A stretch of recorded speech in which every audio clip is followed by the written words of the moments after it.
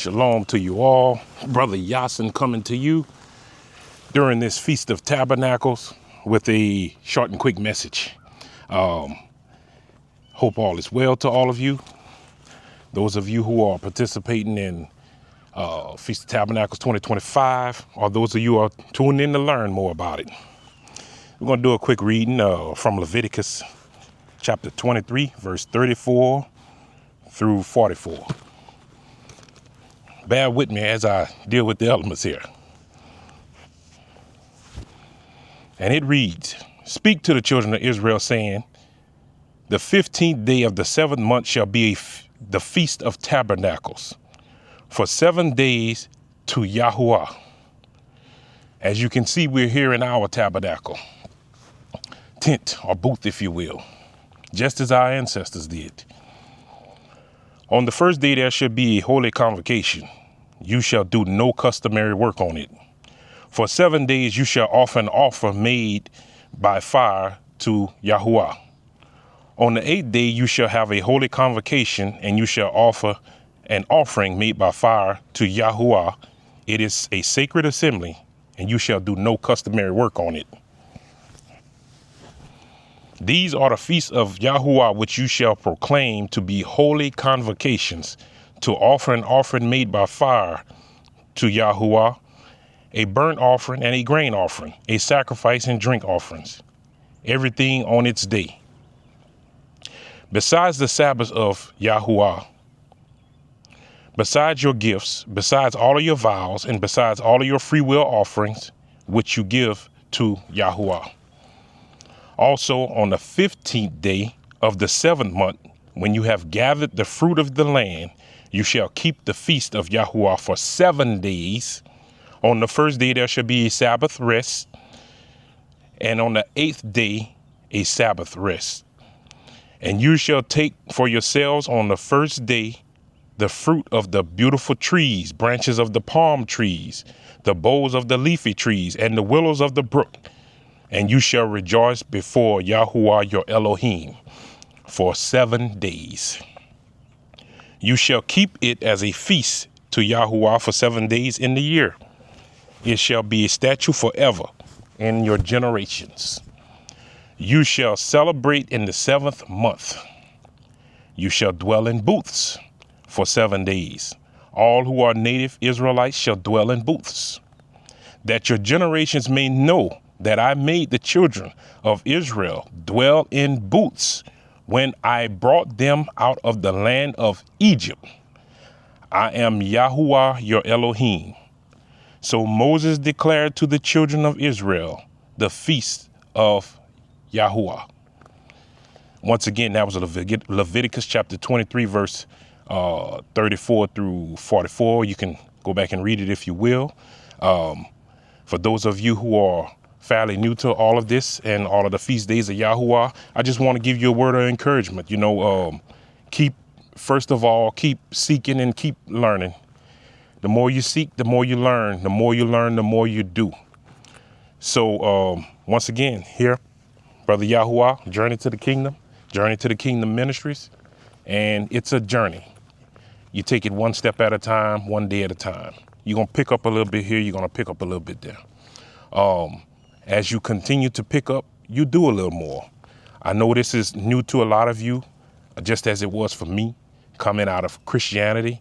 It's new, and it can seem like a lot at once, or it can seem like a lot at the beginning. But in essence and in theory, on one hand, you have the pagan feast days that most of us were customarily brought up in Christianity and in family and Western culture. And on the other hand, you have the holy days that were ordained by Yahuwah. And really the effort, speaking specifically from a matter of effort, the effort is the same. I mean, that's the way that I look at it. That's the way that I see it. The effort is the same. I mean, for most of us, all of our lives and generations before us and our parents and whatnot, especially for Christmas, we We go all out of our way and put on all of these big shenanigans and for all of the holidays, the pagan holidays and the Christian holidays and the worldly holidays, we go out our way and we put on all of these shenanigans and go all into all kinds of debt, go all into all kind of, we buy this, we buy that, we buy clothes, we buy outfits, we buy food, you name it. Airline tickets, gas to travel, rent cars, blah, blah, blah, on and on and on and on. So when you really, really look at it, it's the same method, it's the same technique, it's the same principle, if you will, except you're doing it towards Yahuwah. You're doing it unto Yahuwah as he commanded us. And just a reminder, these feast days are not only in Leviticus, most of them are listed in Exodus as well, and they're also mentioned throughout the Bible here and there, through other prophets and through Yahushua HaMashiach himself even mentions them here and there, and him keeping these feasts. So I know a lot of times I reference Leviticus or Exodus whenever I reference these feast days, but they are sprinkled all throughout the Bible. It's not just in Exodus and Leviticus. It's not just in the Old Testament, as some call it. It's in the New Testament, as some call it as well. So they are relevant. They were kept in the New Testament too, if you will. So that's just further evidence that we should still be keeping these feast days. But yeah, if you will, just look at it like that. What side of the road or what side of the track or what side of Yahuwah do you want to be on? Do you want to be on the pagan idolatry side, which we have been conditioned to celebrate? Per se, your Valentine's Day, your Easter, your Halloween, your Thanksgiving, your Christmas? Or do you want to be on the right side of Yahuwah Elohim? Do you want to do as he commanded us to do? So the same effort we put into these pagan holidays, or in the past when we didn't know that they were pagan and not of Yah, the same effort we put in, you don't even have to start with that type of vigor. You can just start just a little bit. It's an adjustment. It's a curve. You can start wide open if you wish. That's totally up to you.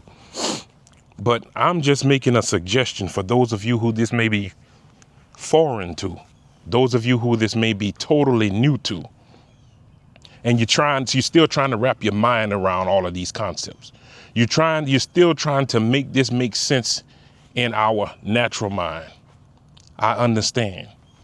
And it's like I say, it's the same thing, just doing it as commanded in obedience to Yahuwah, and you're doing it in the will of Yahuwah, and you're doing it unto Yahuwah. So I hope this message encouraged, inspired, enlightened, and educated some. And we look forward to speaking to you again, coming to you again, most likely to be next week, toward the end of the feast or after the feast. And until then, shalom.